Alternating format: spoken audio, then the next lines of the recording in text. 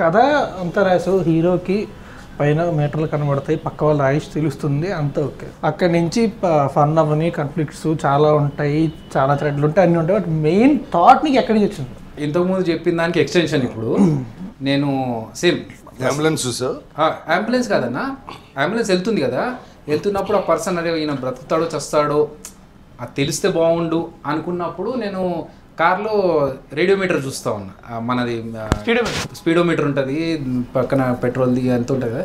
ఆ స్పీడోమీటర్ చూసినప్పుడు ఆ నంబర్స్ ఉంటాయి కదా, 40, 60, 80 ఇలాగే ఏజ్ కూడా కనిపిస్తే క్లారిటీగా తెలిసిపోతుండే కదా మనకు ఎన్ని ఇయర్స్ అనేది అన్నప్పుడు ఆ థాట్ ఈ థాట్ రెండు మిక్స్ చేసుకొని ఒక మనిషికి చావు అనేది ఈ స్పీడోమీటర్ లాగా తెలిస్తే 40, 60, 80 అలా తెలిస్తే బాగుండు కదా అనే థాట్ నుంచి.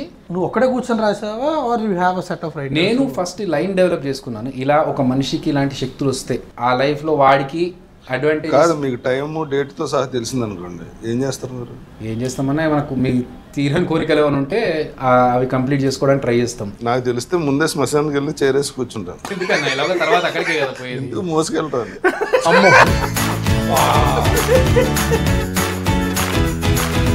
ఒక స్టేజ్కి వచ్చిన తర్వాత ఇంకా చాలే మన కోసం మనం బతకాల్సింది బతికేసాం అన్నప్పుడు ఇంకొక ఏదన్నా సోషల్ సర్వీస్ చేయడమనో లేకపోతే యానిమల్స్ని చూసుకోవాలనుకోనో ఇట్లాంటి కొన్ని ఉంటాయి. అదొకటి ఉందన్న, షెల్టర్ లాగా పెట్టేసి స్ట్రే డాగ్స్కి యానిమల్స్కి అట్లాంటి వాటికి.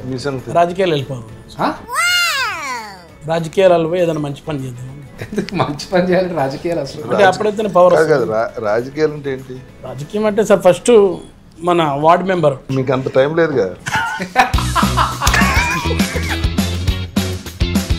Ward member, MLA, minister, CM అంటే అవన్నీ బజ్జీలు అనుకున్నారండి. కాదు, వార్డు మెంబర్ అంటేనే ఎక్కువ. అసలు ఐడియా కూడా లేదు దీనికి రాజకీయం అంటే.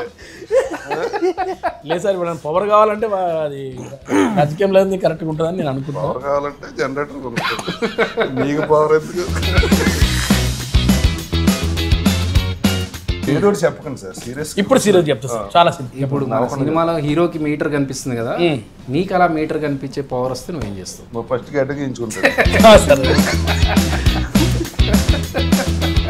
హీరో గారు ఏం చేస్తున్న పనులు అవే నేను కూడా చేస్తే బాగుంటుందేమో అనిపించింది నాకు కూడా. ఏం చేశాడండి? అయ్యో పైసలు వసూలు రాత్రి అమ్మ చెప్తే మళ్ళీ మొత్తం స్టోరీ రివీల్ అవుతుంది కదా సార్. అంత మీరు రివీల్, మీకు వాళ్ళకి అర్థం తెలియదని అర్థమైంది. లేదు సార్, తెలుసు సార్. ఒక పని ఏం చేశాడు చెప్పండి. వదిలే, నీకు అర్థమైందని అర్థమైంది, ఇంకో వదిలే. సినిమాలో చూస్తే బాగుంటది. లేదు సార్, ఏదన్నా అన్న ఆ మేజర్ సీన్ లో ఉంటాడన్నా, తెలీదు.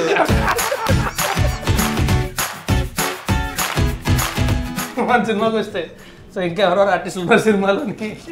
రాజ్ తరుణ్ తో పాటు ఉచిత, రాజా రవీంద్ర గారు విలన్, మెయిన్ విలన్ గా చేస్తున్నా. నేనే మెయిన్ విలన్. మీరే విలన్ అన్న, మెయిన్ విలన్ మీరే.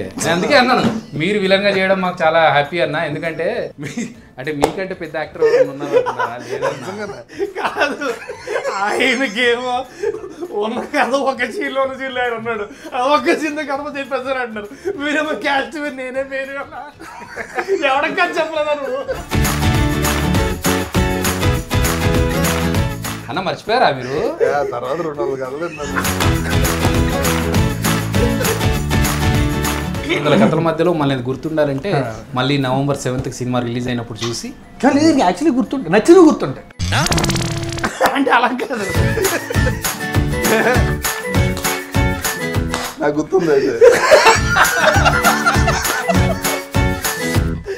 ఒకసారి మన 7th November అయిపోయిన తర్వాత ఆ సక్సెస్ ఎంజాయ్ చేసి తర్వాత మళ్ళీ వచ్చి మిమ్మల్ని కలిసి మళ్ళీ మంచి కథలు చెప్పి మీకు అందులో 4-5 కథల్లో ఏది నచ్చితే దాన్ని బట్టి will proceed. Thank you for all your support అన్న.